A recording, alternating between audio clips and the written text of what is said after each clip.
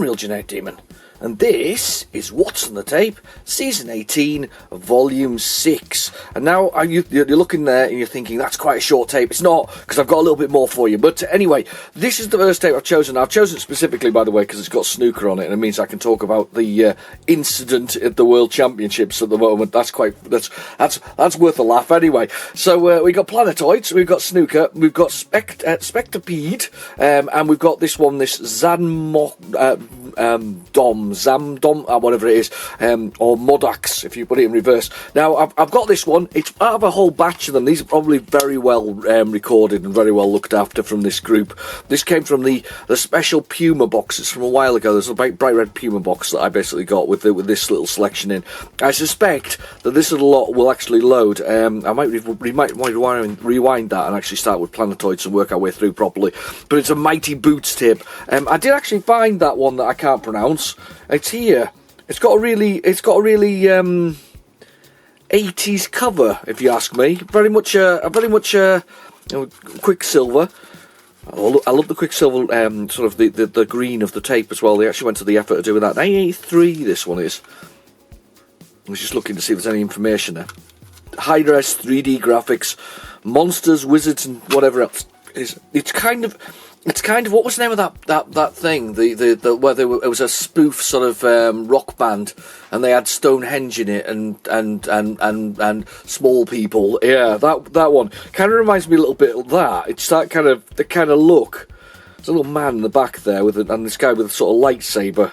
It's all a bit weird, isn't it? It's worth looking at that one anyway. So we got that. I'll put that to one side so we've got that for later. But I wanted to pick one more tape, and because I enjoyed doing it last week, we're going to do it again. We're going to rummage in that box for a tape. So I'm going to rummage. I'm looking the other way. You can't see me looking the other way, but I'm looking the other way. I'm going to go with this one, whatever this one is. What's this one? Oh, Ghouls and Ghosts. This is the big one. This is the big one, or the 1980. Can't remember which was it. Ghouls and Ghosts. Not Ghosts and Goblins, Ghouls and Ghosts, but we'll go with that then. So we'll do that one as well while we're at it. We'll just take one out of the box, just because there's a box of open tapes there. I feel sorry for all of them tapes, I really do. I still to this day don't really know what we do with these things. You know, do you keep them, do you get rid of them? But anyway, it's one of those things. Right, without further ado, he says, moving everything out the way, without further ado, let's get this into a tape drive.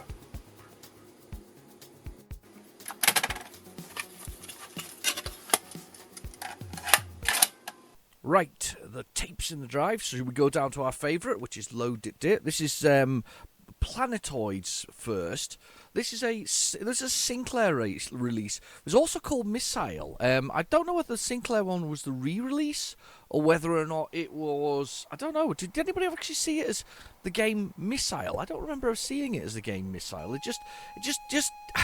Yeah, it wasn't one of those ones that I really wanted to collect. It was one of those ones you get when you start sort of buying Planetoids, right? Okay. When you start sort of collecting Spectrum games, or you know, you decide to revisit your favourite micro. You kind of start by doing the usual, which is basically bundles. So you pick up lots of bundles of games, and I know I did. I picked up bundle after bundle after bundle, and then started to work out what I had, which was a duplicate. But it was bundle after bundle after bundle. They were quite cheap back in the back. This is probably going back about 6-7 years now, and they were. Not I think the retro thing hadn't really hit. Nintendo hadn't quite released its sort of plethora of little mini consoles. Neo Geo hadn't got into the field there. There was the reason I kind of got back into it, and you know, you have to give kudos for that kind of thing. It's the reason I got back into it was I was going to do some stuff on the PC anyway, sort of YouTubey stuff, and I bought a ZX Spectrum Vega because I thought, oh well, it's a way to play Spectrum games and it'll be fine, and this, that, and the other, and it turned out not to be the best thing in the world. It wasn't bad, but it was the Spectrum Vega was the thing, and of course it was originally it was fully backed by Mr. Sinclair himself. It was his friend, you know, and his friend sort of you know convinced him to do to sort of put his name to it, and Sky was involved because they own Amstrad. And Amstrad bought Sinclair, so there was a whole lot of licensing involved in it, and that was the thing. It wasn't officially it was officially a Spectrum game. So. Oh right, Planetoids. This looks more like asteroids than what I'm thinking of. I like the sound effects, by the way. There's something about these games. They just like the make them loud and shouty. Anyway, coffee first, and then we'll do it. But I haven't got the. I think it divides the group realistically. You know, the Spectrum sort of community when it comes to the Vega. I don't dislike the Vega. I just think it was a bit of a shame what happened with the. It's asteroids. This is not what I was expecting. Nothing like a bit of. There's just the thrust is a bit fast, and you come to a halt. Like the ship though, it looks good.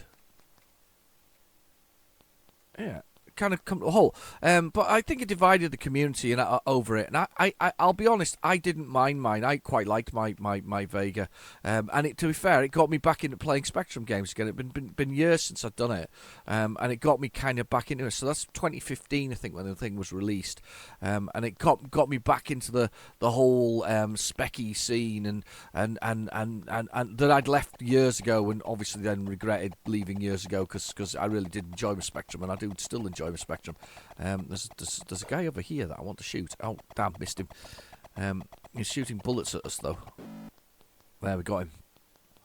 Yeah, it got me back into the Spectrum scene with the whole thing. So I don't dislike the Vega. I think that obviously the second one, the Vega Plus, the handheld, which was promised, didn't really happen.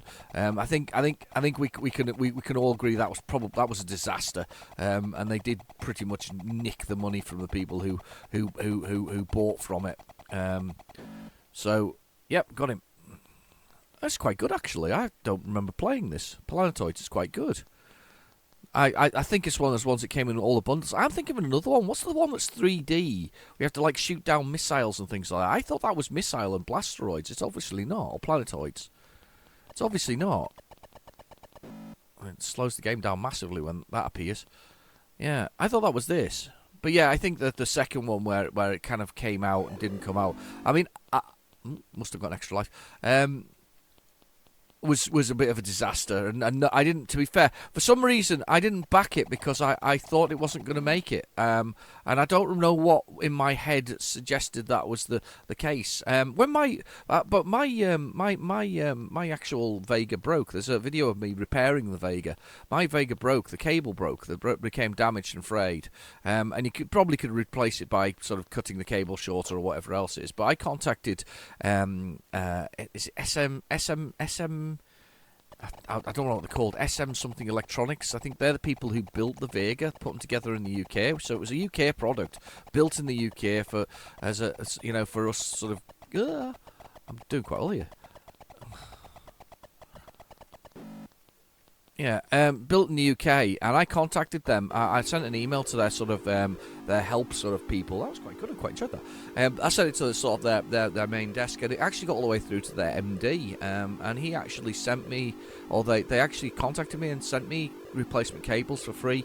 And I did send them a picture saying thank you very much. You know, this is me holding my Vega, and I felt a bit sorry for them really because they didn't really want to be associated with it because of the rubbish that started to happen there. Yet they managed to achieve and run out and bring out these products and get everything done. So you got the people. A lot of people's reputations got damaged by this. It's just a bit disappointing really. But I mean, as I say, I didn't hate on it, nor did I hate on the people who made it. You know, the factory that made it and whatever else it is. I don't really see it that way. I mean. It's just a shame that it went the way it went. But anyway, let's move on. Let's see what else we got. This is snooker.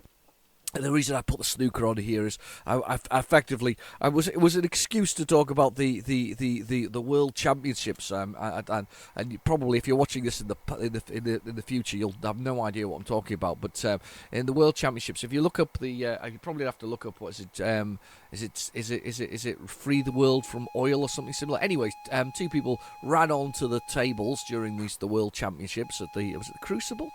One of them dived onto the table and opened a big bag of paint, which he then threw all over the table, and it basically disrupted the whole thing in response to sort of oil production. And there's a young lady who attempted to mount the other table with her body covered in super glue so she could be glued to the table. I think the paint one was probably, if you're going to go with disruptive, I think paint probably works better. But the hilarious thing, of course, is the internet jumped on the fact instantaneously used orange paint. So everybody's been calling them, obviously, what's it dust and all this kind of stuff. Or if you're American, Cheeto dust. We do have Cheetos in this country, you know. You can get it in certain places, but there we go. That's such a quick load. I love that one. Played this one before, actually, to be honest with you. It's not a bad snooker game. This is the Visions version of it. Little sort of case with the sort of the lines going across it. But yes, so he covered himself in orange dust and the table, and of course delayed play by an entire day for that particular thing. But I never ever thought of the snooker as being a target for sort of protesters. I know that they did have a streaker a number of years ago, but I'm not entirely I'm not sure what streakers are streaking for either. It's not one of those ones I know. Would you like a 15-ball game? Yes, I would. Right. Place the ball in the white circle. Can I move it? I got the controls. Right, okay. The brown ball looks very red. It's kind of got half a line through it.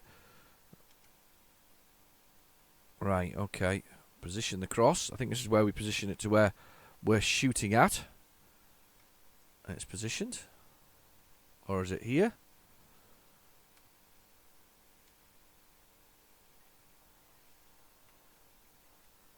There. Oh, I'm going to hold the power down to more power. Okay, next time, position the cross.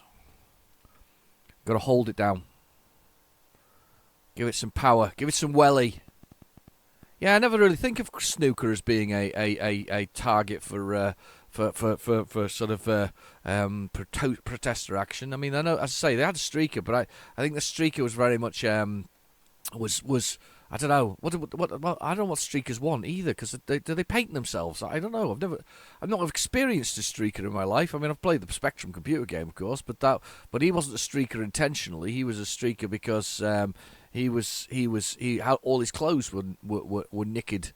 So not naked, nicked. Yeah, they were stolen by space thieves who wanted his underwear for some reason. That's actually the first item I think you claim in the game, Streaker. I'm just going to... this is not really how you play snooker, by the way, because I'm just going to power this into here and spread them all out. Because the whole point is it's strategic, isn't it? You have to kind of move your balls so they can't... Somebody else, position them correctly so that they don't get... they don't... your opponent can't... pot them and things like that, and they have to foul, and there's a whole very gentleman's game. Massive table, isn't it? Is it 12 feet long or something similar? Very long, anyway. That was terrible. I'm not doing very well here.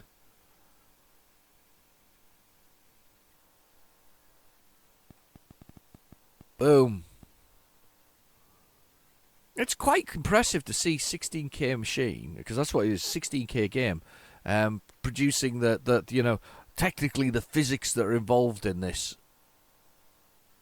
Let's push the button. I did like Planetoids, by the way. That sort of surprised me. I didn't expect that to be the game that it was. It was kind of, I don't know. It was different. It was certainly not the game I was expecting. So yeah. But I still, as I say, don't know. I mean, as I say, ruined the table. I had to refelt the whole table, and the big tables as well. They managed to get on it and do sort of throwing the whole thing. I mean, obviously, some comparisons being made to Rage Against the Machine and the monk on the front of the cover with who set fire to himself to protest war during the Vietnam War, which is pretty extreme, realistically, that you want to protest war with your own death. And I guess that's the thing about protesting, isn't it? I'm not put a ball down yet. I actually just want to put a ball down at this point. I'm kind of excited to put one down. Let's see if we can do this. Come on, we've got to be able to put this one down. Let's get this one to go in the thing. Don't mind getting a pool. I've never been a snooker person, because I find the tables really big. I guess that's what it is. It's really big. It's like I guess pool is a poor man's sort of table game.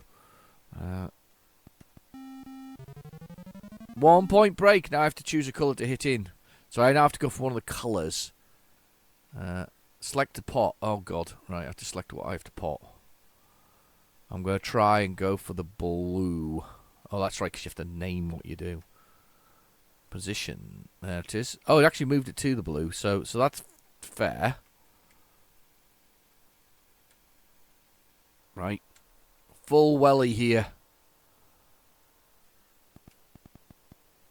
And did I miss it? I think I missed it. Probably fouled there. It's 147, isn't it? That's the 5 shots away. Or 5 points away. I think I've got 1 point at the moment. But yes, that's the thing, isn't it? It's the general gist of it is that you've got we done. Oh, missed it. Down we go. Nope. Pop that in there. Yeah, what is it? 147 is when you clear the table in a oneer. So you basically do it and you score maximum points. So you hit it's red then black, red then black, red then black. Black being the highest score on the table. Get a scoring ball on the table. I'm sure it goes in kind of order, doesn't it? It's like 1, 2, 3, 4, 5, 6. No, it's the other way around. Yellow's 2, isn't it? Is yellow 2? No, 3. Oh, I don't know. They're in order anyway. They're in order of points. So you basically have to work your way through the order of points. I'm not, as I say, not a big snooker fan, but I would probably have played this with friends. You know, would have probably played this. I think the best version of snooker and pool and other things. Well, I say not snooker. Best version of snooker I think I've ever played was the Archie McLean one. I think it is on the Commodore Amiga, and I think and then you've got Team 17's arcade pool for the pool itself. That was just a phenomenal game.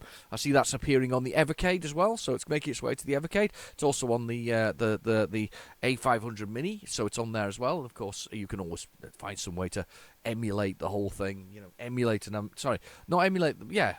Amiga, and then play the game because it's not emulated. Well, yeah, whatever it is. So it's it's quite a good game realistically. That one, it's got the entertainer, you know,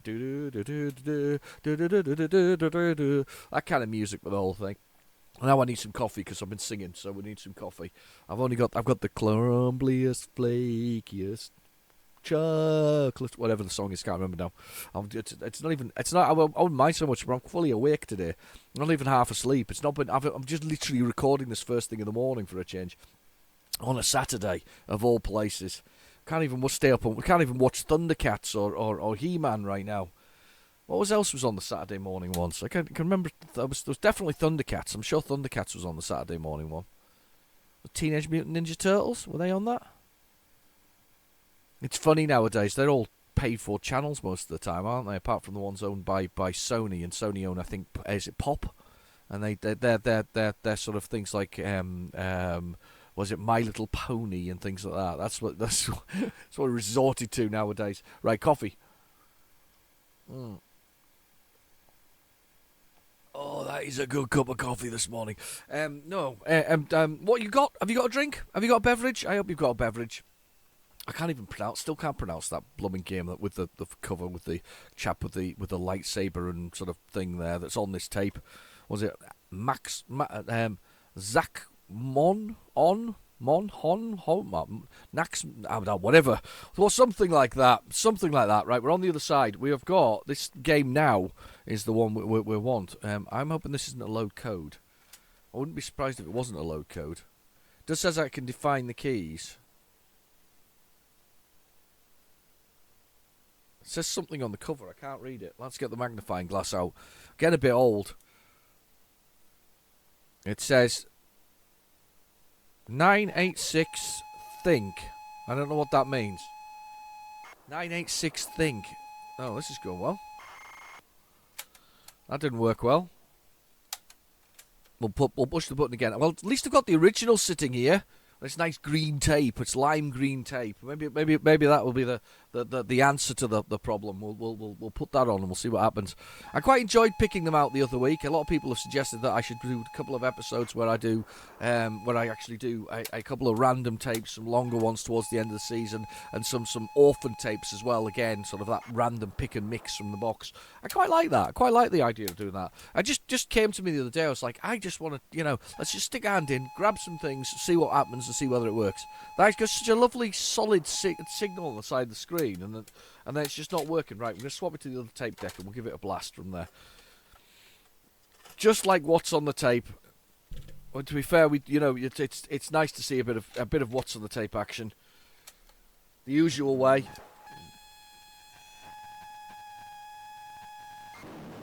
That isn't even working that time. It's even worse. Let's see if this works. That was even worse from that one. Oh, too loud for it. Is that too loud? Is that too loud? Maybe too loud. Too loud. There we go, loader. Got there in the end, eventually. Eventually.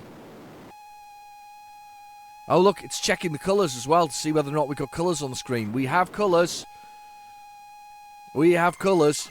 I was going to say Houston, we have a problem, but in the case of this week's, it's been an interesting week for news this week, especially, protesters with orange dust, and then Elon shot a Starship into space and it blew up.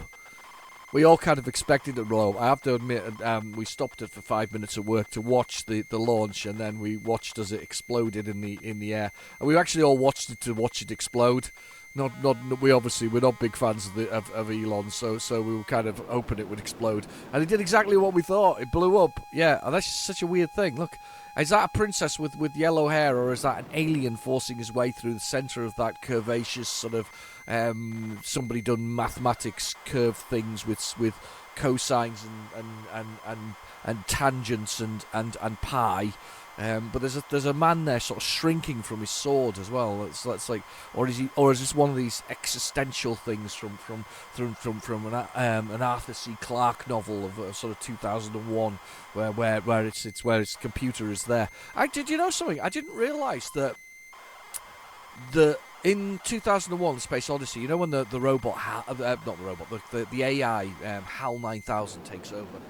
Not to be confused with Chat GPT taking over. But when the computer does actually take over, it's because Dave, that's what he says, isn't it? Dave, isn't it? I'm sure it's Dave. The chap goes outside, at which point the AI assumes control of the ship. That's the only time it assumes control of the ship. It does that once he leaves the ship. So the AI is obviously told to control and look after the ship, but only assumes control once he leaves it. So it doesn't actually have that ability to control it until then. I'm going to have to rewatch that. It's been years since I've seen it. That's a proper freaky ending, doesn't it? With the whole sort of flying through time and seeing himself as a space baby and all this kind of stuff. It's good stuff, isn't it? What happened with The Foundation? Did anybody watch The Foundation? Foundation on Apple TV. Yeah. I'm sure people can find the thing. So The Foundation was I think on Arthur C. Clarke. Quite like that one. That was where they had an emperor. I quite like this. It's not spoiler. This. They had an emperor, which was called, wasn't it? It was called. I think it was Dawn, Midday, and Dusk, or something like that. And what it was is the same emperor being cloned from the same, because they loved him so much. They cloned him from the same genetic structure of his father over and over again for millennia. But they were at different ages, so there'll be an older version, so to give counsel as the oldest version, so Dusk. And then the middle day, which was the kind of one that ran the place, and then the youth, the young one, within the whole thing. And then I think there was probably a child who was being brought up. So they always kept them sort of 20 years apart within the whole thing, or something similar. So that they or 20 or 40 years apart, whatever it was, so that they got the experience of their own thinking across the whole thing. Problem was that continually cloning and the same person effectively ended up with, and obviously council of itself means that it's a bit problematic. But it's all about the sort of the end of the universe and end of civilization and whatever else is. I really quite liked it. I really did. It was a really good effort from the Apple TV side of it, and I haven't seen it since. I quite liked that one. Called The Foundation. If you want to have a look for it, well worth having a look. I think the book is also called The Foundation. And I think if the TV series is anything to go by, they probably did the source material a pretty decent show. You know, pretty decent sort of look at the whole thing. But that's one I would recommend. I'll tell you what I'm also watching at the moment, not sci-fi related at all. I'm a bit of a fan of the comedy group Broken Lizard. If you've oh yes, we need a bit of. I knew that was coming, by the way. I need a bit of our tape error. We haven't had one of those in weeks. Let's get the original tape out, and I'll pop that in there. But yes, so the original sort of series, the Broken Lizard chaps, they did things like the Slamming Salmon and Super Troopers and Club Dread and a few others. They kind of were the writing team on those kind of things. And to be fair, I think the Super Troopers was probably the peak of their sort of slapstick comedy. It was pretty simple stuff, but it worked really well. But somebody recommended to me a Tacoma FD fire department, and I think the joke running there is, of course, that Tacoma is very wet, so they don't do very much in the way of firework. They just deal with the fact that it's, do random bits and pieces that they do, slightly crazy things. Quite enjoyed that one, to be honest with you. I'm quite enjoying this series there. I've gone through. There's 10 episodes. They're going up to the 4th series shortly. 10 episodes per series. And they've done 3 series thus far. I've quite enjoyed that one. That's been another one that's on my sort of a list of enjoyable sort of things. I like the simple slapstick humour of it. It is pretty simple. It's sometimes a little crude, but not massively so. I've seen worse. You don't need to go that much further to get the joke over. It's just honestly quite nice, and it's quite nice because, funnily enough, the Tacoma one, they're bringing back many of the original sort of cast and crew from things that they've done previously. I kind of like that as well. Kind of like it it's almost like Friends working with Friends. It's a bit like the early days of Spaced and Simon Pegg and his friends who did those programs. Can't remember his name. The other guy who used to work with him, bigger fella, did Paul as well. The movie Paul. Oh, it's on tip of my tongue. That's the worst part about it. But anyway, those two chaps, when they did early movies and things together, Hot Fuzz together, those kind of things, and you can just tell they're mates. It's like pals playing together. Pals having fun. And that's kind of the wonderful nature of of good relationships, and this is what it feels like. It feels like mates having a good laugh together. It's funny. They're enjoying it. It kind of reminds me a bit of which is probably the bigger and more known of, the Brooklyn Nine-Nine thing that they do. It's a love-hate for people with Brooklyn Nine-Nine, but I quite like Brooklyn Nine-Nine. It's pretty harmless fun most of the time, and it's quite funny. And it's just gentle. It doesn't break my brain. It's a bit like watching the Big Bang Theory. It's gentle comedy. It's not the humour is gentle and sometimes suggestive, but not deeply so. And it's just it's kind of one of those things. It's like listening to music in a lift, isn't it? You can live with it. It doesn't. It sort of runs through you, and you don't remember any of it when you get out the other side. And it's just I'm assuming though, if you've been stuck in the lift for 10 hours, you might get a bit antsy. But it's that kind of humour. It means that your brain can relax and just enjoy the humour of it without having to overthink the whole thing. That's kind of nice humour sometimes. I quite like that. I love other things along the way, but that kind of humour just sometimes it's just lovely for just melting. Now, do you have anything comedies that kind of just they're amusing and they just smoothly go for your brain? To be fair, this probably goes back to those 80s sitcoms. These things like Cheers and what was the one? Everybody Loves Raymond and things like that. Those kind of things. I can't remember any particular episode of Cheers, I just remember enjoying the characters within it. Frasier's almost the same. You know, these are the kind of things that they're just fine. You could watch them again, and you'd probably forget most of the episodes, and you get back to it and watch it again. And there are only a few that are very famous for specific reasons. I mean, I think that there's a few Friends episodes that are pretty famous for whatever else is. But apparently, Friends is now triggering the people. I'm not even sure how. I'm really not. I'm not sure how Friends can trigger anybody realistically. I can't. Yeah, exactly. I don't get that one. So apparently there is now a new sort of cult of people who are not keen on Friends and yeah, okay, fair enough. I'm not suggesting it's the best program ever. It's not my go-to for sort of comedy, but yeah. Right, okay, let's see. So, this actually starts the prologue. I was sitting in my favourite Relaxo Viber chair with my head engulfed in the latest Sensuvision Semo-Smile movie.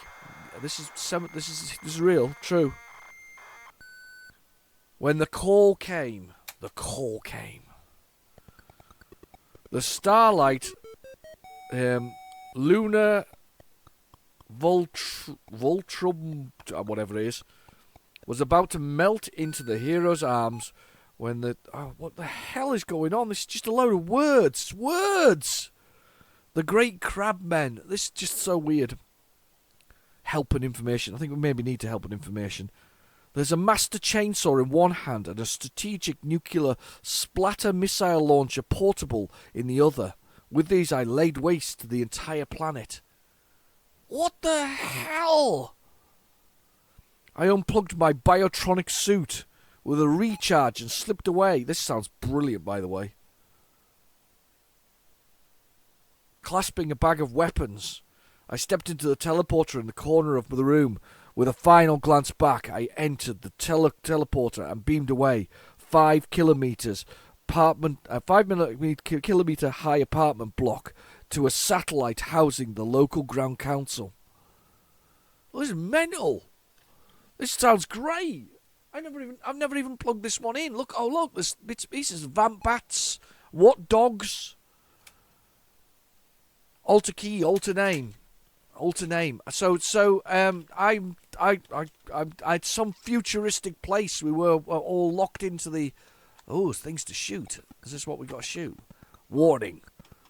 What dogs? You've found a laser sword blade. Laser blade. Let's do the keys. 5 to alter the keys. Select keys. 2 alternate keys. ZX L.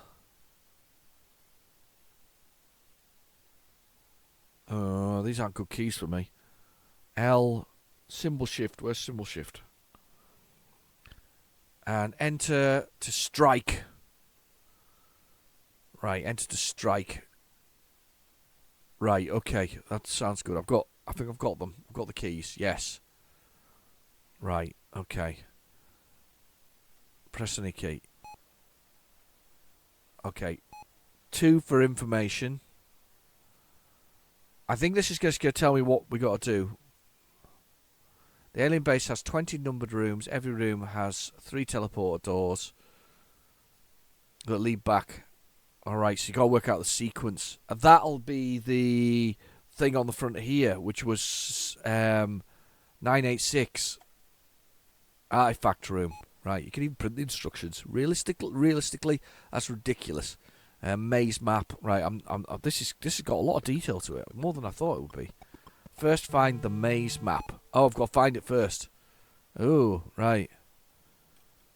Mission details. That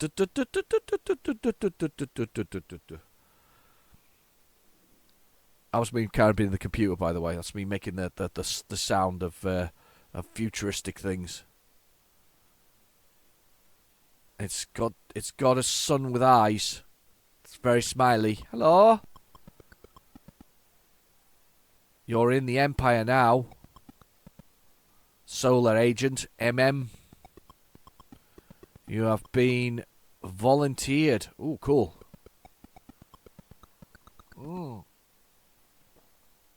For a dangerous mission. I'm just having coffee, by the way, in between this. Is that the entire mission? Aliens have stolen the artifact. The artifact. An ancient ultra device. An ultra device. You know it's good. You must enter their base and recover it. I'm going to recover it. When you find it, you'll be rewarded in return. Go to room 20. Oh god, this is it. Where our agents have hidden a teleporter, I'm guessing. A teleporter to bring you home. Yes. Ooh.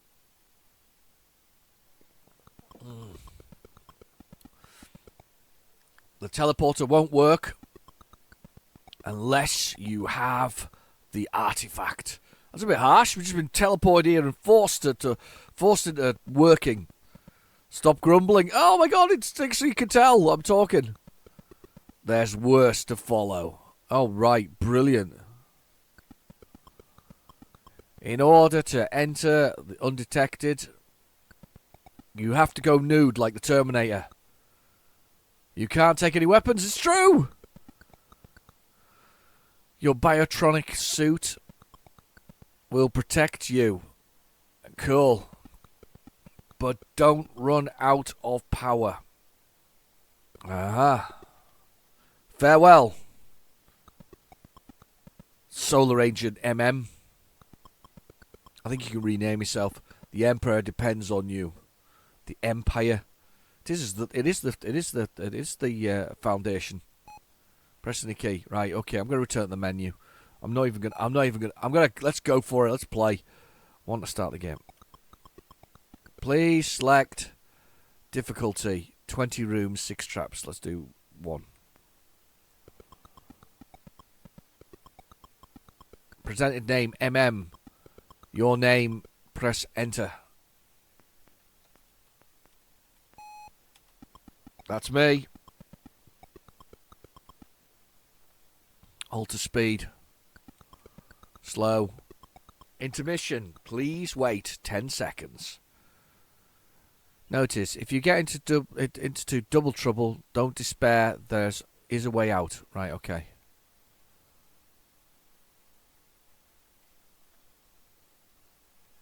Yeah, I've got the controls already. Here we go. Ah.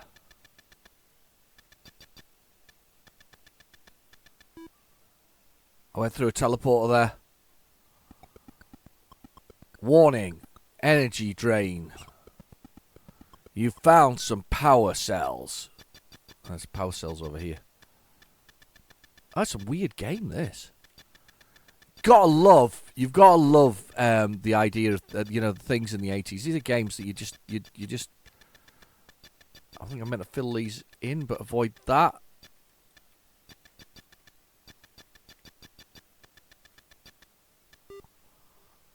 I've gone through that teleporter. Room 4. Warning. Energy drains. You found a power cell.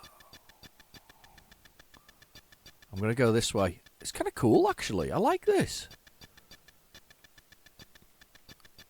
Not a game I've played before, but I quite like it. I think I meant to do that, by the way. I'm going to go with lightning. Room 3. Ah, right, the numbers of the rooms are on the top of the screen now, look. You found a power cell.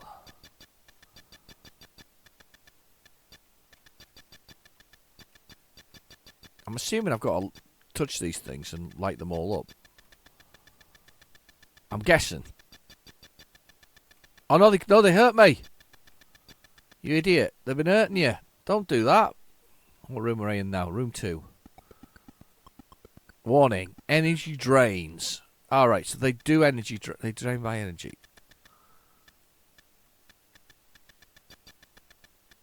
So in theory, that's the better way to go. What room are we in here? I haven't done the room in front, so we'll do that one next. You found a battery. It's very Tron. I think that's where I'm going with this. Very Tron. Room 3. I'm going to go into this room here, see what this is. I don't suppose we're meant to go in them when they're on fire. Warning, energy drains found. Back in room 2. I thought I would mark it up as room 2. Let's go in that one. Room 1. Oh, I'm back to the beginning. Right, so what's this on the star side? This must be room 4? Yeah, room 4. With energy drains again in front of me. There's a power supply over there. Oh, I'm going to recommend this one because it's weird. Weird is good. We like weird. We like because weird's that kind of thing that right, room. Oh, okay, that takes us back that way. So it's just room 1 again. Right, so I've got to go to the far one, which should be room 5 probably. I kind of like the fact that it labels the rooms. So technically, I'm guessing the rooms are randomised. So it'll be different rooms every time. There you go, room 7. Ooh, vacuum vortex. You found oxygen.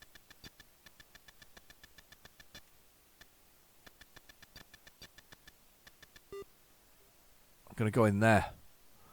Room 12. All of a sudden, warning: vampire bats. You found an eraser.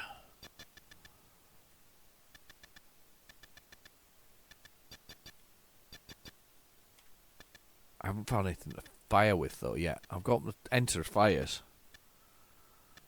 I can't fire yet. I'm gonna go in this one. See where it takes us. Room 17. Warning: vampire bats. You found a laser sword. That's a laser blade.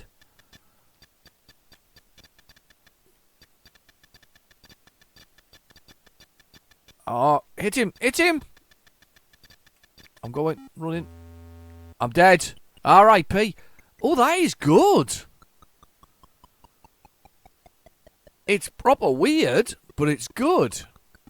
There's a level of kind of sort of interesting.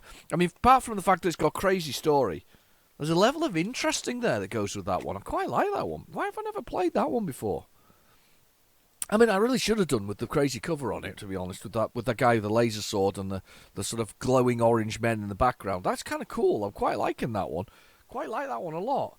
Right, let's see what we can get on the rest of this tape. What we got on the rest of this tape? We got another side to this tape, and then we've got our sort of bonus tape. Welcome, Demon. I'm Adaid, the wizard, specializing in reincarnation. Oh, we're not done yet. Magic works. Whether you believe in it or not, I think he probably... Right, okay. Probably ran out of space to make it that level with the site. No, it doesn't make any sense. 24 points deducted. 3 lives. Oh, it's still playing. I thought we were dead for a minute there. We're still playing. Vampire Bats. Okay. Laser sword. There, laser sword him, look. Come get some!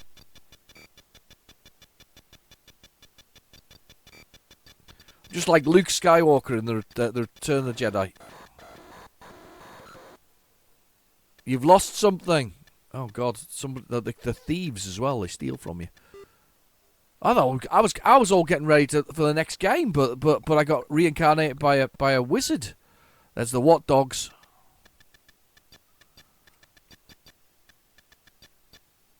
I wonder if I can laser sword these things out. No, it's alright, it's fine, I'll go through that one. Room 8. Been here before. Warning, energy drains. You found something. A vamp repellent. Ah, so get rid of the vampire bat rooms, I guess. You can't do that. I was trying to laser sword it, by the way. I was trying to give it a bit of laser sword action, but it didn't work. Alright. Room 8. Double trouble. Warning, what dogs? This doesn't sound good. I think it's because you've got to get through all of that. Room 17. Definitely after it. You'd think that repellent would stop me getting damaged by it. There we go. Room 12.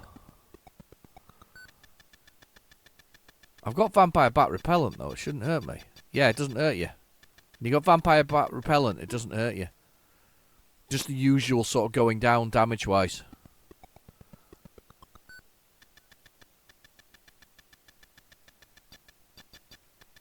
Oh, can't walk through that one. That's harsh. You need obviously the special item to go through there. It's a nice presentation as well, sort of a semi-three-dimensional sort of area, a single map. There's the map.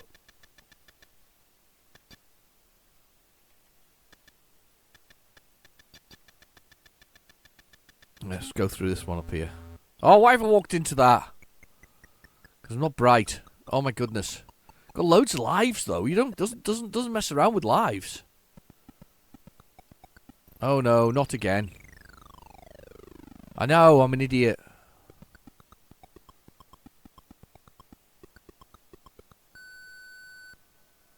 Oh, it doesn't do the whole wizard thing though. That's alright. A little bit quicker there with them when you go through at the same time. I quite like this. It's quite good. Not one I expected to enjoy. I don't know. Well, not that I wouldn't enjoy it. The one I wasn't expecting. It kind of, it's crept up on me. This one. I'm going to go right to the top here, and I'm going to run along. What happened to my blade? Did my blade go pop there? That's taking us back to room 1.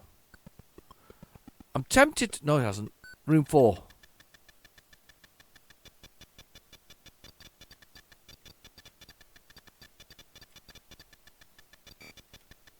There, got you.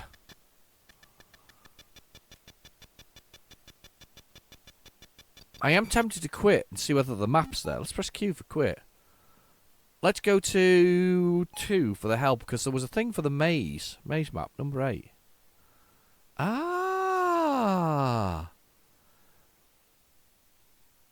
So you get to middle door, left door, whatever else. So once you've got the M for map, you can kind of skip around that particular level. That's kind of cool. What a smart game! I quite like this. That's worth playing. Definitely recommend that one. I can tell you now that's worth recommending. Definitely worth recommending. Anyway, let's carry on. Let's get to the next one. So Spectropede it is now, which should be a Centipede clone, which is kind of apt because this week's 20p arcade challenge was Centipede. And everybody, the thing I always find about Centipede, which makes me laugh, is everybody calls it Centipede, don't they? They call it Centipede, and they call it Space Invaders. And they don't call them a shoot 'em up, but they were early shoot 'em ups. These were the quintessential early shoot 'em ups, Space Invaders, and the only reason we don't call them shoot 'em ups in most cases, everybody calls it Centipede and Space Invaders, and doesn't even categorise it the same way, is because it literally was the first. It's a bit like Doom, isn't it? Doom, I think Doom gets called Doom. And people know that was one of the first sort of, or the early shoot 'em ups. Wolfenstein 3D was definitely earlier, to be honest with you. But one of the early sort of 3D shoot 'em ups, sort of feature in the way it does, the movement, the free movement, and sort of sidestepping and all the bits and pieces that went with it. But people just say Doom, don't they? They say Doom, and that was the kind of that was the first person shoot 'em up, don't they? So that was what it was. However, to be fair, I'm a little bit concerned about this. One of my colleagues is significantly younger than me, and that works for me. And he was talking about. I mentioned how Doom was kind of an earth-shattering sort of change in the early '90s. It was just an amazing game, and we kind of we were all mightily impressed by that particular game. And he said, "Oh, a boomer shooter." So apparently there's a standard now called Boomer Shooter, but I did point out to him that I'm not a boomer. I'm Generation X, the best generation, sort of, unless you're other generation. If you're a boomer, you've Good, congratulations. But I call them boomer shooters as well. But I was like, no, I'm Gen X. I'm Gen X. Right, I've pressed K for keyboard. I don't know what the keys are for this. I'm gonna guess they're the usual buttons. Come on, what are you doing? That's the yep. S to start. W. Right, the keys are KM, L to fire, Z and cap shift. I can do that. That's fine. All the cursor keys. Right, okay, that's fine. Works for me. Is it? How do we start? Fire. Pushing all keys on the keyboard again. Yeah, one player. No, that's not me. That is definitely the trailer for it.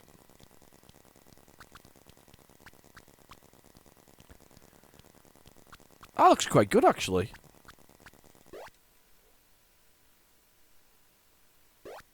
Okay. Okay, U brings up that menu. I gives instructions. Yeah. Okay. U, K. How did I bring up that menu earlier?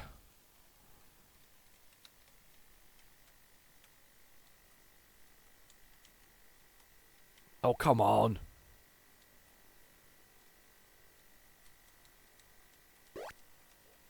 Z does something.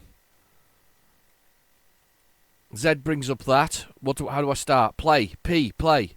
Play. I couldn't see it for looking at it. 1. Z brings up that menu and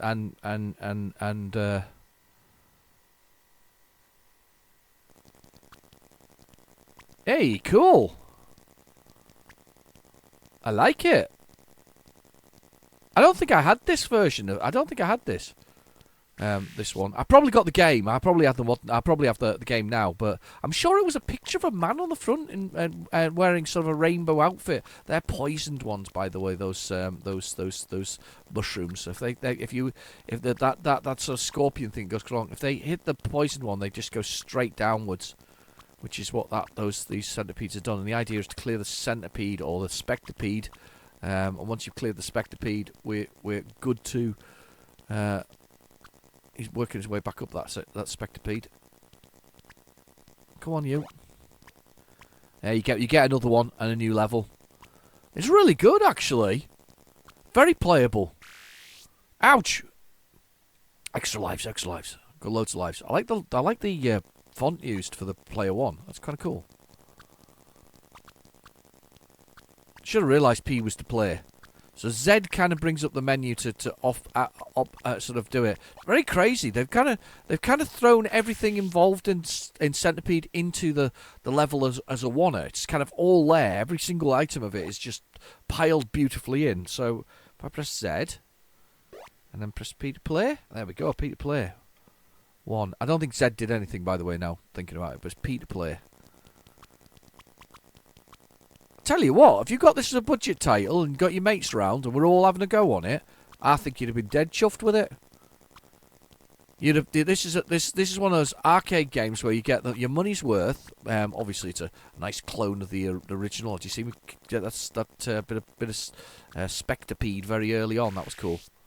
That spider is actually a lunatic.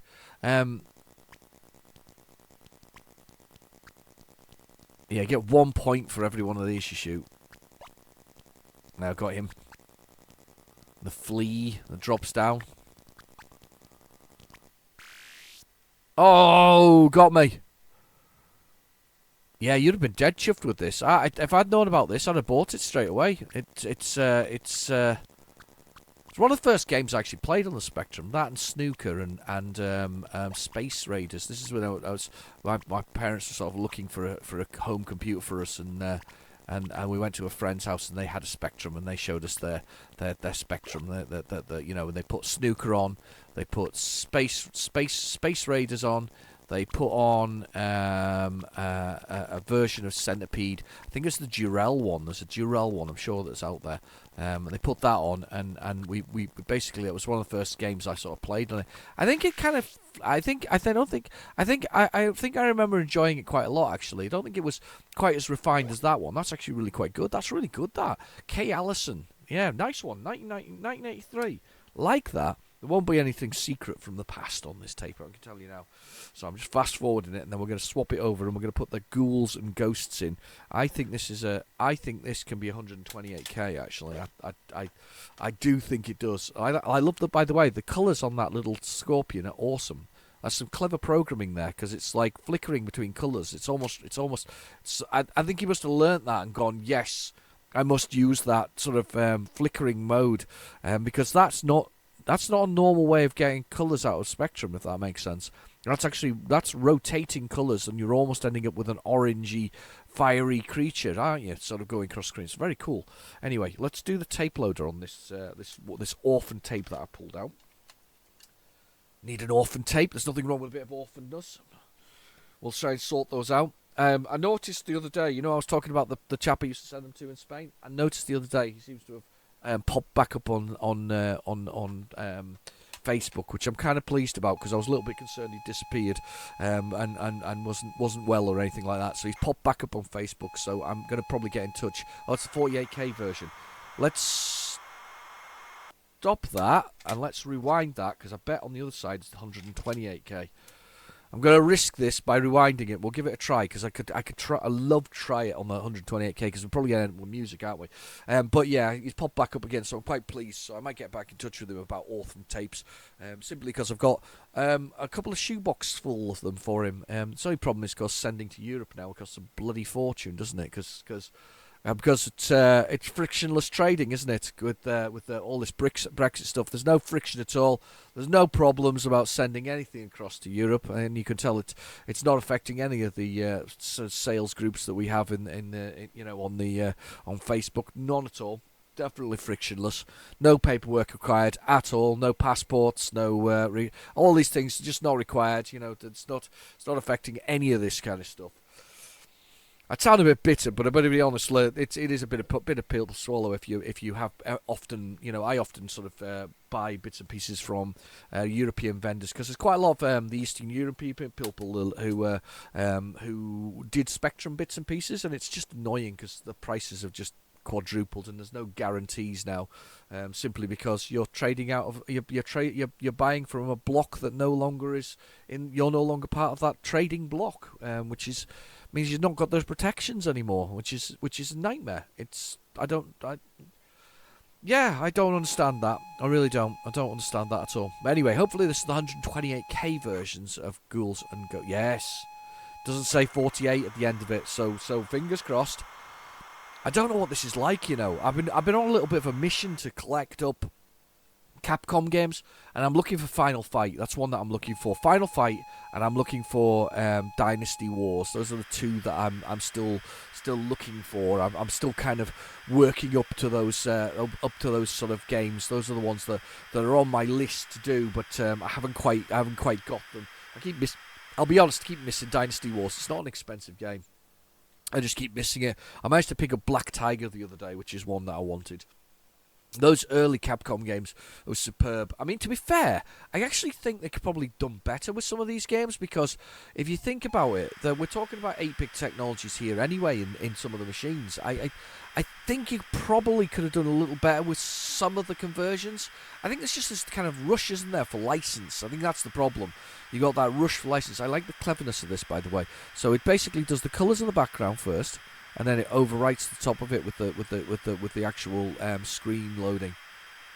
What a cracking screen that is! There's Arthur himself, ready to go rescue his princess wife again, who's been lost. Do you know? I always like the story of Princess Madeline. Have you ever played Princess Madeline? Princess Madeline is. There was a chap and his daughter liked playing Ghosts and Goblins and Ghouls and Ghosts, and he liked playing that, and she was like, well, but I can't play as a girl. I want to play as a girl and rescue Arthur rather than the other way around. So he created a game called Princess Madeline. It's not as refined as Ghosts and Goblins. It's not, but it's very similar. Where you get to praise the princess, and he created the game for his daughter. Now, that's really nice. That's a nice story. That's a great way of sort of as doing that role swap. So she's got basically the princess goes and saves our little Arthur. It's not a simple game, by the way. It's blooming rock solid. I suspect he let his daughter add ghosts and goblins and ghouls and ghosts and that would have been. This is the second one, by the way. I think Ghosts and Goblins is the first one. Was it Ghouls and Ghosts? No, it's not Ghouls and Ghosts. That's what we're playing. I can never remember the titles with this. It's really annoying. I'm sorry about that, Capcom, but you're titling for these because there's 3, isn't there? And then there's a super version of this, Ghouls and Goblins, which came on the Super Nintendo. It's fantastic. There's lots of the versions of it. And it's one of the greatest, most difficult games you'll ever play. I'm absolutely rubbish at it. It really was. I mean, as a kid, I had the Super Ghouls and Ghosts. I think it was Ghouls and Ghosts. Super Ghouls and Ghosts on the Nintendo Entertainment System. And I had the remember you used to get that converter that you used to get for your Super Ghouls and Ghosts, where you used to put the cartridge of a British cartridge on one side and then another cartridge on the other, and it basically allowed it to read the copy protection so you could play region-free stuff. So the copy protection off a normal cartridge into the Japanese one. So I basically had an English Super Nintendo with this double cartridge thing where you plugged in one side and then you could plug one in the front. So because for some reason my local store used to sell a lot of Japanese and American cartridges. It was really weird. But they did. So we ended up. So I had the Japanese version of Super Ghouls and Ghosts, and it was phenomenally tough. It was one of those games we used to put it on, and we used to, if you managed to get to, I think the second level was the ghost ship. If you managed to get to the ghost ship, because it was relentless, and I don't think the credits allowed you to go anywhere other than back to the beginning. So it was relentlessly difficult, and we used to this is me and friends. We used to always try and see how far we got. And I mean, to be fair, if I ever got to that second level, I think the excitement would overwhelm me. It's a bit like when I play sometimes to play in the arcade challenge, and I know I'm really doing really well, and I get to that next level, I'm like, oh, I could win this, and I've kind of lost, I lose control and complete focus because I'm so excited about I've got so far in it. That was the problem with that particular game. Every time I got to that level, I was like, oh, I've made it to the second level, and then of course I'm dying almost within seconds of playing that level because the excitement of actually reaching that second level just overwhelmed my sense of game, So it was. I need some drug use because I'm just talking away there. I need some coffee, sorry. There we go.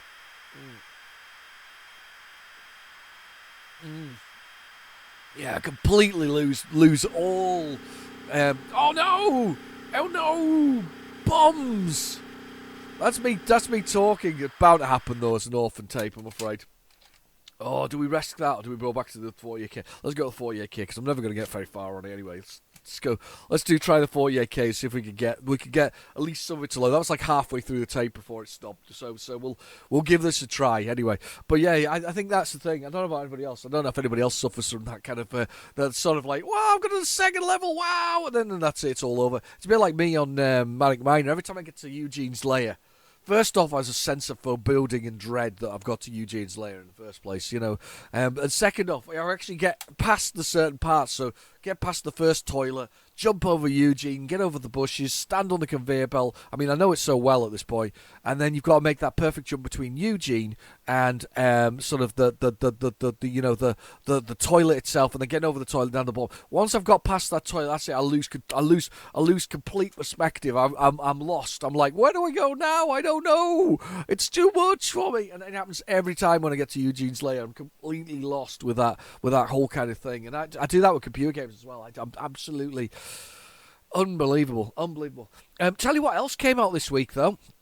Advance Wars 1 and 2 on the Switch got a remake and finally a release. Now, they didn't release it last year, and I kind of understand their reasoning for not releasing it last year. They didn't release it last year because its timed release was around the time when Russia attacked the Ukraine, and they decided that it was probably inappropriate to put out a game about. I don't know if it has a Russian protagonist in it. I can't remember from memory. But they decided not to put the game out at that point in time. But they've held off for almost a year. From the original thing, they've held off for a year. It was going to come out Christmas. They didn't put it out Christmas, and so on and so forth. And now they finally released it. To I think I would call rave reviews. I think most people I think it's a pretty good game. It's because it's basically the original game, but just remade with some newer graphics and newer backgrounds, and obviously a touch screen as well as a bonus because you can touch the screen and do bits and pieces on your Switch, which is really kind of cool. So that's come out for the thing. I remember was it Advance Wars 2 came out on the DS, or is Advance Wars 2 a different game? Apparently the company involved though in Advance Wars has pedigree for this. They invented some things called Famicom Wars and Super Famicom Wars, which we didn't get in the West. These were games that never appeared for us in the United Kingdom or sort of in Europe itself. We didn't get those. If they were Japanese only exclusives, so they had actually been practicing and working their skills a bit like Julian Gallop and his sort of laser squads and Chaos and the other games, the Lords of Chaos and the other games he created along the way. Before then, he was part of the team that created, or in fact, I think he was the lead designer on XCOM, of course, which is legendary within the sort of community. It's funny though, because I think the problem was that he now does. I think it's Phoenix Point is the new one he does. I think that's what it's called, which is him doing his sort of game, and he left the XCOM team, but they've kind of continued on, and I think he's established such a beautiful franchise. The problem is that I think his new franchise he wanted to establish, this Phoenix Point thing, hasn't gone down quite as well as those other ones. Notice the load time is so much more significantly faster with the 48K, because of course we're going to have multi-levels here where we have to load a level after level after level after we get into it, but it's significantly faster on the load time in the long run. But yeah, it's just an interesting one. Yeah, establishing a new title after all that, it's just a difficult one. But yeah, Advance Wars, that came out, so pretty cool. Stop because reset the tape counter. Yes, well I can't really do that, but anyway. What am I doing?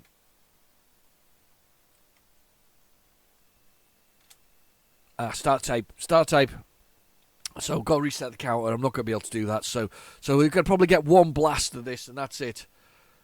Looks nice though so far. The graphics look good. So there's a knife at the bottom, and that's been really nicely sort of colorized. So we've got the hilt of the knife on our serrated edge, and we've got it looks good. Looks good thus far. Picked up a copy of this not that long ago, funnily enough. Kind of, as I say, getting right into the Capcom area of games. Kind of like the purple and red. I think it's me in purple and red, by the way, because I've got the I think I've got the entire Virgin Games collection, which is a magenta and cyan colour on the covers, and then you've got the Silverbird, which is again magenta and black in most cases. Oh no! Hopefully this will work. This is not a good sign.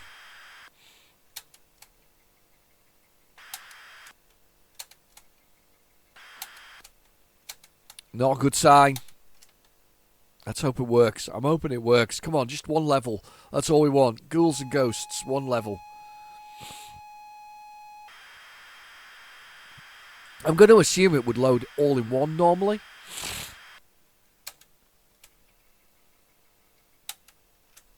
I'm going to go for it again. Come on. Please work. Don't want you not to work. I'm bracing myself now. You brace yourself. These are so old. These are 30 plus years old minimum. 30 plus years old. Probably sat in a dank, wet sort of, so maybe not wet, but a sort of dank slightly moistened air, attic, home for spiders, many spiders. Yes, those are those. This is where these things sort of sat for a lot of years. Terrible for them. Growing mould on the surfaces. No amount of blowing on it will work. However, saying, oh no. The worst part about this is I think it's the same point that it was on the other side of the tape.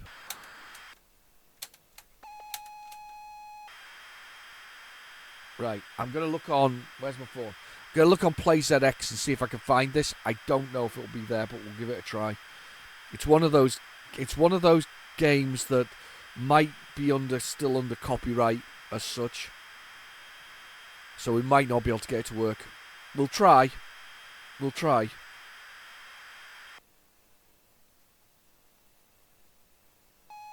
It's not. It's not under copyright. Well, maybe it is, but it's not. It's on PlayZX. PlayZX has a copy. It has a copy. I have it ready in case this doesn't work. That doesn't work. Right, okay. Let's rewind this tape quickly. I might as well do the good thing for it. Rewind it. Set it where it was. Be kind, rewind. That was a movie, wasn't it? Who was that starring? Don't know what actor was in that. I feel like I should know who was in Be Kind, Rewind.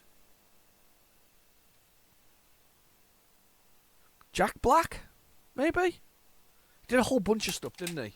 He's turned up in The Mandalorian, apparently, though, now. That's the latest thing. I haven't watched the new Mandalorian, I'll be honest. I haven't, yeah. Apparently they finally fixed Picard, by bringing back the entire thing. I don't even think I've watched the second season of Picard, I'll be honest. Oh, no, I did. I remember there was a whole load of Borg stuff, wasn't there? Weird Borg things. Yeah, and then they've brought back the entire. Why don't they just get it right in the first place? Why don't they just write good stories and forget about agenda? You know just write a damn good story. It's so much easier. Just write good stories, and then do those good stories, and then your audience rating will go higher. I mean, I get fan service, okay? I love a bit of fan service, but you don't have to do fan service, do you? You really don't. I mean, the new Star Wars set, movies. I mean, I know that they're going to bring back Rey. Oh God, they're bringing back Rey to the whole thing. No, I'm never going to finish the Finn story. We're never going to know why Finn wanted to talk to Rey and say what it was, about what his abilities with the Force as an ex-stormtrooper. But anyway, forget that. You could have just done if you had the buy-in of of Arman. Oh, this is an interesting different load. This one. If we had the buy-in of Harrison Ford, Mark Hamill, and Carrie Fisher, you could have just done whatever he did with the Jedi Academy. He could have done the Jedi Academy, couldn't he? Mark Hamill could have been Luke Skywalker and done the Jedi Academy and run and Harrison Ford and Carrie could have been whatever family group they were. You could have done. It wouldn't have had to have Kylo Ren. You would have had Ben Solo as part of the Academy. Honestly, there's so much more you could have done with that. And established younger characters that would have been taking the lead with it. A bit like they could have been their background, realistically, at that point. And he also deals with your fan service, doesn't it? And now it's Rey Palpatine, not Rey Skywalker, realistically. Yeah. I don't know. I think I'm fed up with the. I want good stories. I like good stories. And let's be honest, Cocaine Bear's a better story than some of these things, and that's about a bear in a wood snorting cocaine and then eating people in a humorous, self-aware kind of way.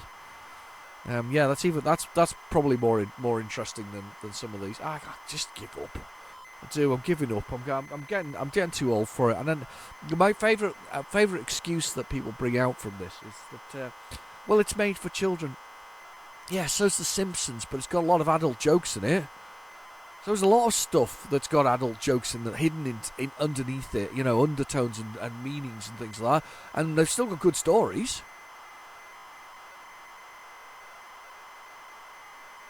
Yeah. Interesting.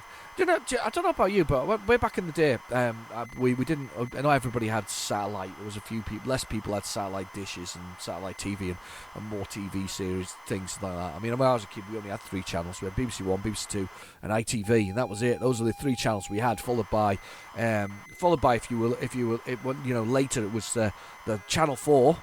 And do you remember Channel 4 was most of the time looking at the logo spinning around?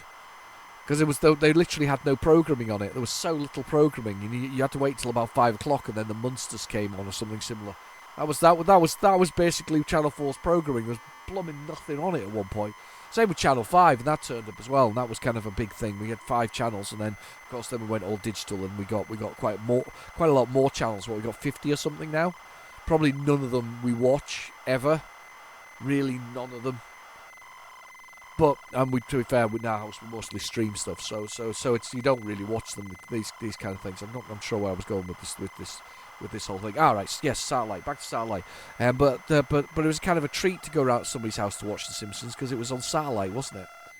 And it was usually before the latest episode of the latest Star Trek. So if you wanted to see Deep Space Nine, for instance, you had to watch Simpsons and then Deep Space Nine. When I was at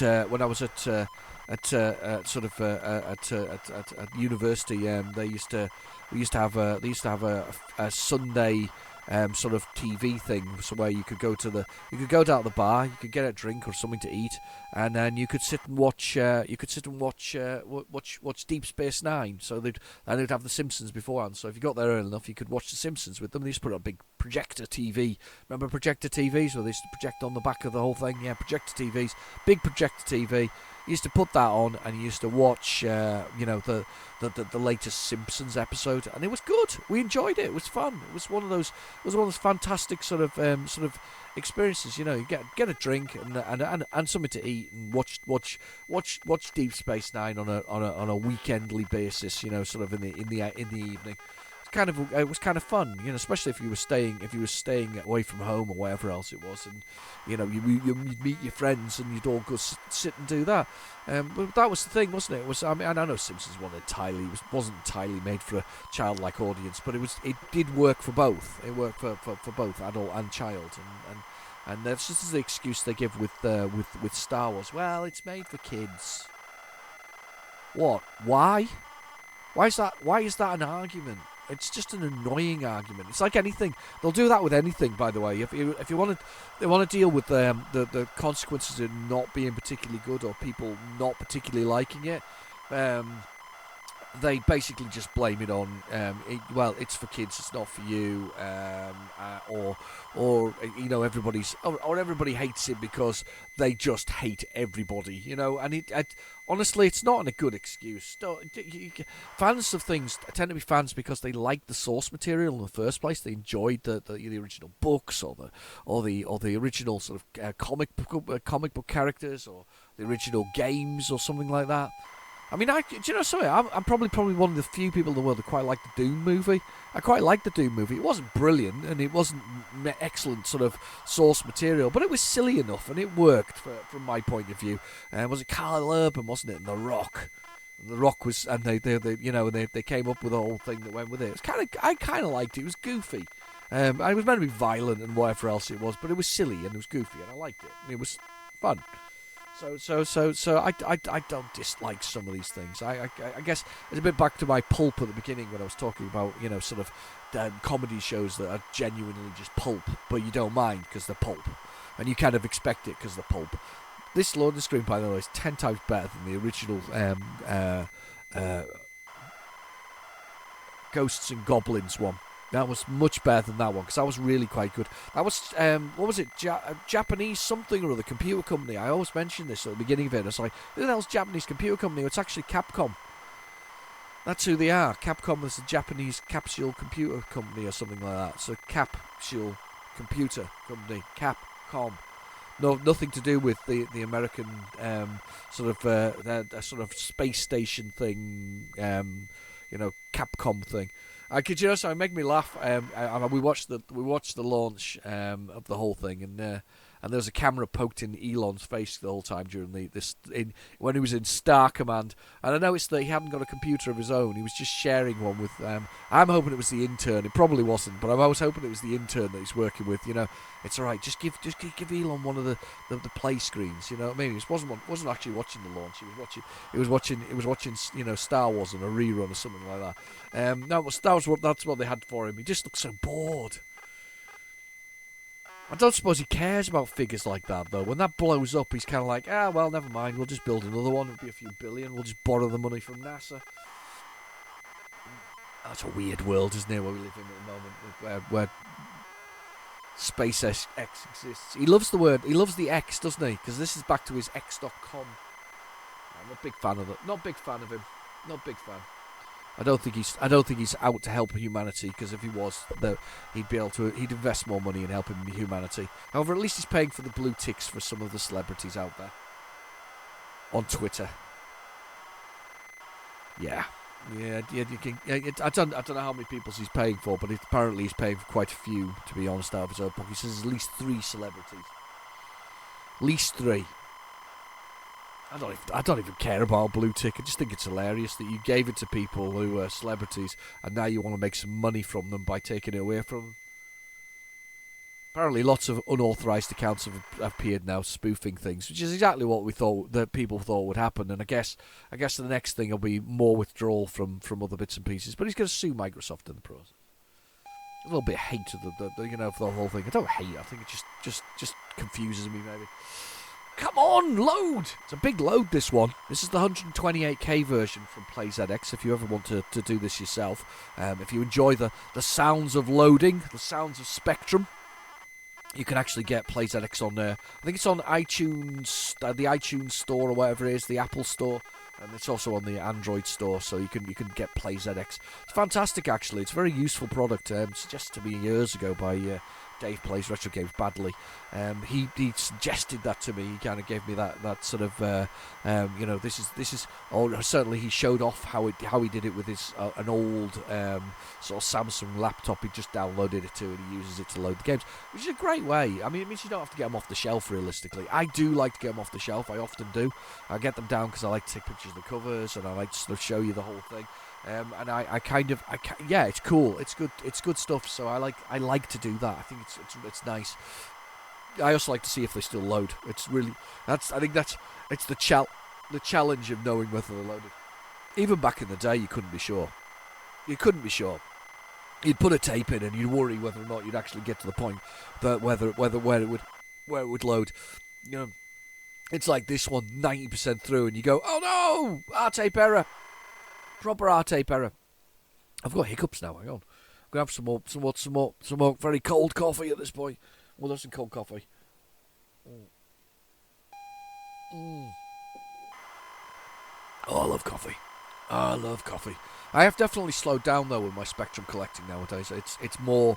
I've got so many of them that you see sort of the common titles. It's now the more uncommon ones. There's a lot popped up recently, but I can't justify it. I mean, Spellbound, Dizzy's Spellbound came up a couple of times recently for between £80 and £85. It's quite a lot of money if you ask me. And then what else came up recently? DJ Puff, which is the Puff the Dragon, and he's that came up £185 for that one. One of the sort of later Codemaster games, very sort of late in the day ones. They are pretty. I knew they're pretty expensive. This is like the Seymour games, Seymour and DJ and Puff the Dragon, and and the later Dizzies, they're all quite expensive. They're all in the sort of up to £100 to £200 sort of mark nowadays. They are quite an expensive and sought after things. I just don't know how these people find them though. It's the same people. I think because of where I live. I mean, I always sort of complain where I live, but where I live is lovely, absolutely stunning. But there's just no. There's no stuff. If you go to the charity shops or look on Facebook, there is very little locally. I did get a couple of games recently locally, and it was quite a surprise. It was somebody I knew. It was like, oh yeah, I knew you from years ago. We used to play Spectrum games together. Oh my God, it's loaded. I am absolutely surprised by that. Have we got music? No music, but I think we have all the levels. Set controls 1. 1 for keyboard. Oh, cool. Left, right. There'll be an up. Jump, crouch, fire. Oh, no, there isn't. Let's do set controls again. Oh, wow. 1. Let's do this. So, left, right, jump, crouch, fire. Oh my God. Press key. Is it 0 to start? 0 to start. Here we go. Oh my God, it's got the map as well. Do. That's the music. Oh, it's cool. Oh my God, didn't expect this. Look at those. Oh, there's a man in it. It's crazy dude. Oh, no. Died already. Right, get 1 set of armour anyway. Here's Arthur. Do. That's what music it makes on the Nintendo when you play it. Do. He's naked now. He's got nipples out. We got some nipples. We have nipples. Not the nipples that we normally like on this channel, but we have nipples. Oh my God, he's dropped something. What's he dropped? Is it, points. Points. Do. Somebody's done the dirt though this time round. Oh no. There we go. Shoot them guys. Climb up here. Oh, I'm mighty impressed. Oh, I knew you were going to do that. How dare you? Somebody made some definite changes in this version. This is cool. Shame about the music though. I quite like music, I think. Oh, he's there again, Mr. It's like a wizard that goes in there, and he's really annoying. He's there we go.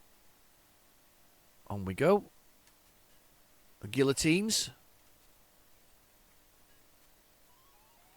Oh, died, idiot. Oh no, this does make music. I can't hear it. I just got a very low volume. I can't hear it. There's a sound for shooting. And I think it was do. I'm gonna go that way. I'm gonna go underneath because those vultures are horrible. Oh, did I? Oh, I lost my clothes. Oh no. They're pretty harsh. I'm going this way. You stay there. I'm going to go this way, see if I can get underneath here. This is really good. Oh, yeah. Much better than the Ghosts and Goblins that came out. Ghosts and Goblins. This is definitely good. This is good. I can see me.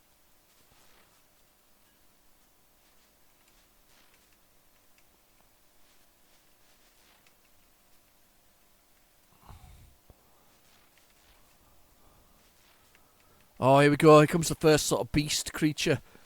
I think. Oh no, maybe not. Maybe not. Slightly different version here. Oh, I've got a different knife. I've got the dagger now. Look, see at the bottom. I picked up the dagger. He had the dagger on him.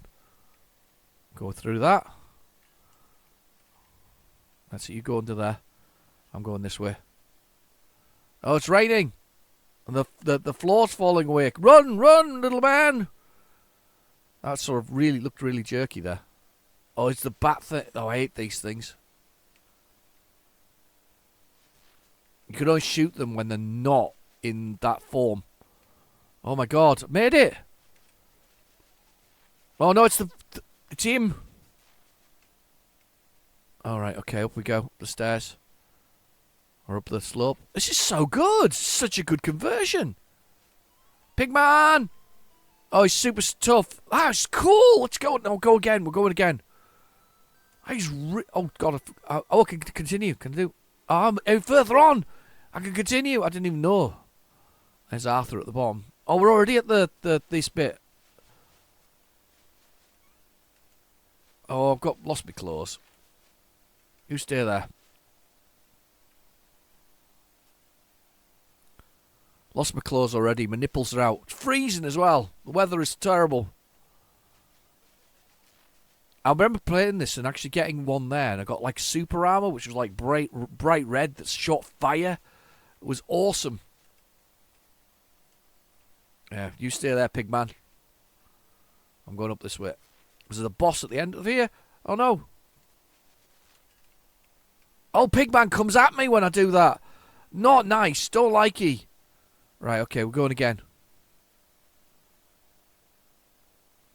You stay there, you stay there, you stay there. A bit jerky all of a sudden here, actually. I'll be honest. I'm still shooting those, just in case.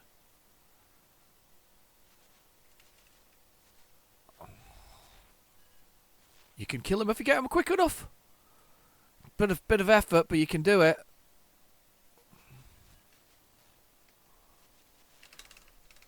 Got ya.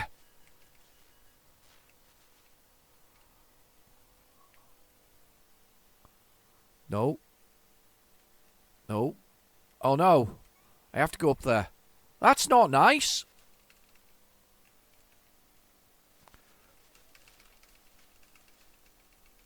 I've been turned into a duck by the wizard man. I'll come back again in a second. It's fine. We're okay. Nipples are out. We're all good. We're all nipply. Oh no! I've been killed. My nipples have got bitten off. That's I've already lost a life. Let's say I lost a life there already.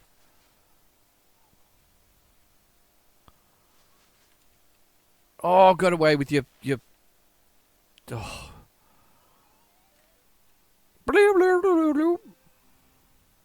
I love the fact they got the whole map there. If I got to level 2 on this, though, I was absolutely elated.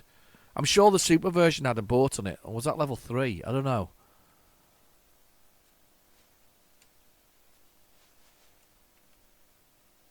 Right, okay, here we go. No, you can stay there. I'm going to go up here. Pigman can stay there because he's not going to come at me. Let's get up here. Ignore that.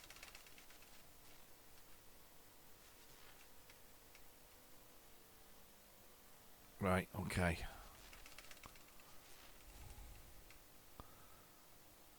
Here we go. Now we drop off the edge of here. And then we come up to the boss. Here's the boss.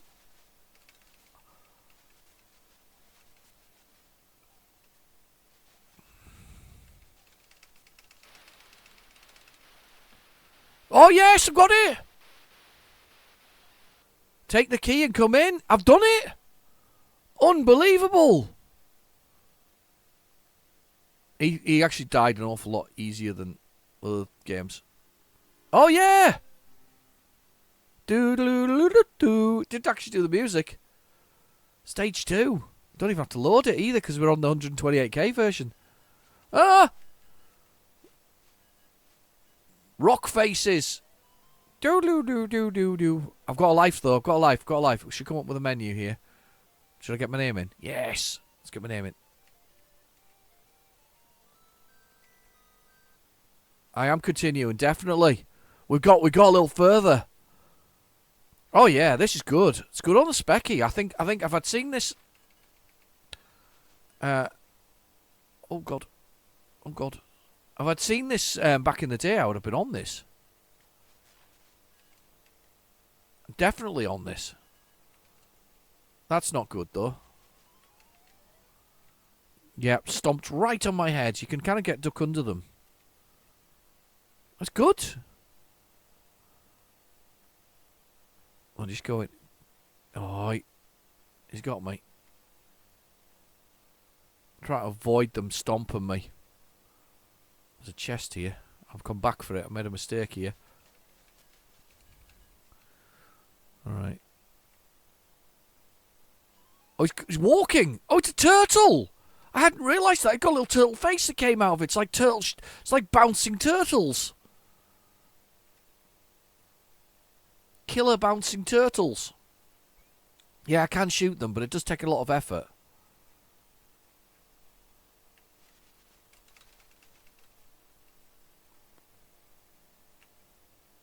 If they stop, though, you're in trouble. Oh, he stopped. He's going to come back on me. I've just made the map go really fast there. That's really cool. I really like it. The fact that I can get past the first level is even more amazing. Oh, get off. That's really harsh.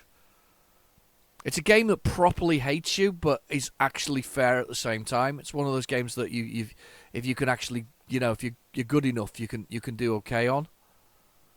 Oh, I fell through the gap. No! Massive slug creature bug thing got me. That is really good. That is a really good one. And I'm going to leave it there. But thank you for watching. Please feel free to like and subscribe. And I'll catch you in the next video. Bye now.